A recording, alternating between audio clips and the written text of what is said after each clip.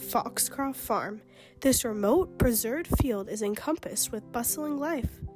This community of organisms, in particular birds, is challenging to explore. Looking into the forest, we find an unimaginable abundance of bird species that vary in their size, shape, mannerisms, and beak shapes.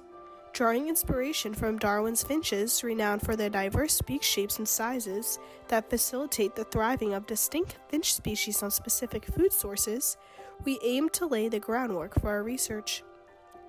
Our research involves exploring if the differences in bird beak morphology on Foxcroft Farm affects their food preferences. This research is beneficial because it allows individuals to make informed decisions regarding bird seed selection. For instance, farmers can strategically opt for bird seed that appeals to particular birds known for consuming pesky insects or aiding in crop pollination. Here on Foxcroft Farm, Sam, Jackie, Nusaiba, Kristen, and Oikyu are setting up their experiment by sorting out the different seeds they are going to use. The seeds/nuts used were peanuts, pumpkin seeds, sunflower seeds, control, which came from the back of mixed bird seed, white seeds, tiny seeds, and black oiled sunflower seeds. We originally chose to set up our experiment in a remote location on the farm. We placed our patches of seed on the ground and waited for the birds to appear. However, no birds came because they were not yet trained to know that our seeds and nuts were in the area. We decided to move to an area where bird seed was already set up by Peg. This way the birds are already trained and know that seeds and nuts are in the area.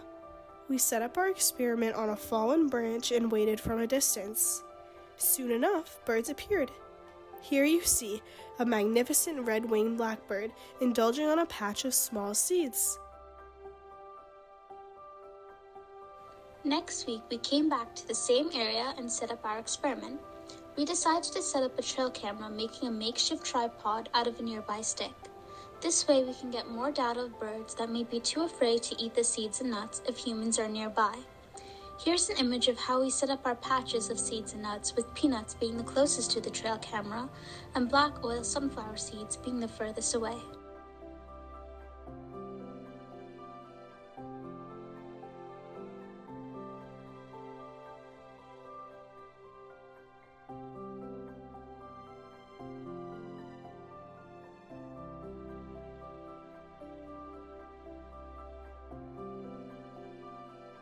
Sam, Jackie, Nusaiba, Kristen, and Oikyu get on the road early on time to gather more data to support their hypothesis.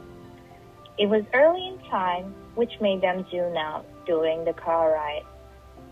While analyzing the last week's data, we realized that it was hard to distinguish the seed's location on the log. So, we decided to make some alterations to our setup to make it easier to analyze our data.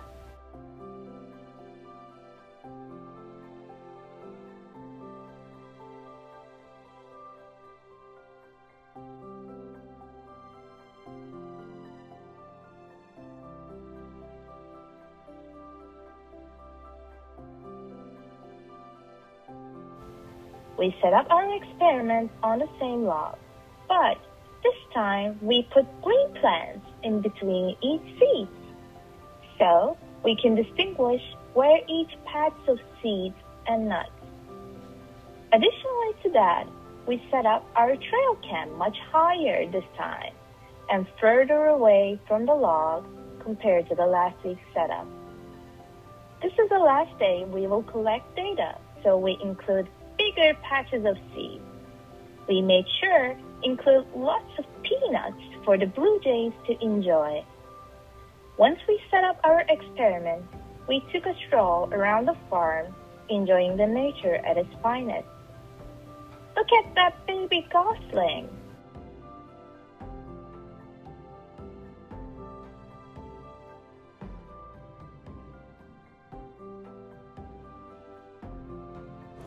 Here's our trail cam recording from that experiment setup.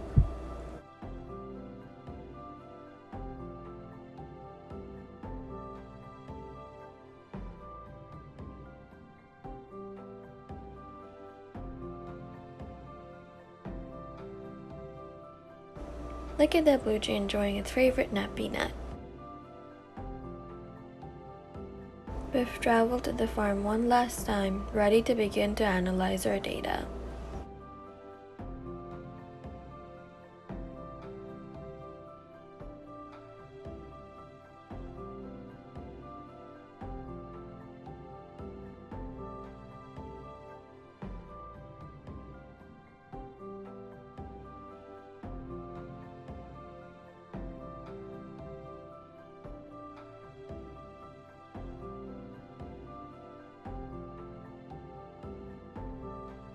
Black-capped chickadees showed a strong preference for the control, as its error bars do not overlap with the other types of seeds.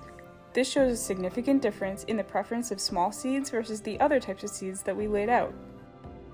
We hypothesize this is because their beaks are small, allowing them to pick up the smaller control seeds.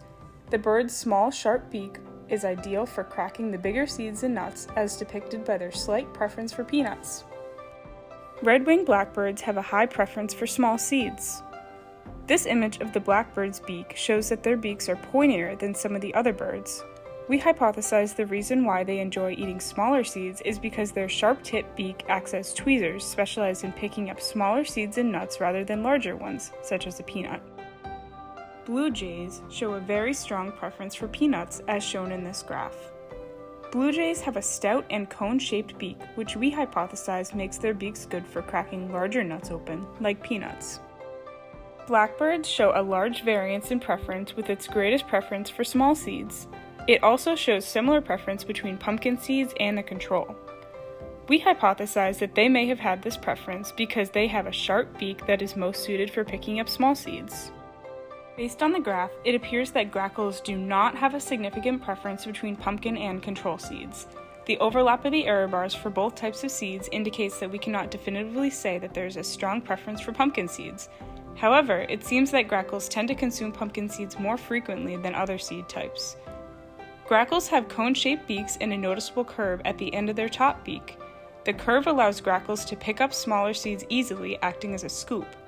The size of their beak allows them to eat big-sized seeds, such as pumpkin seeds and peanuts.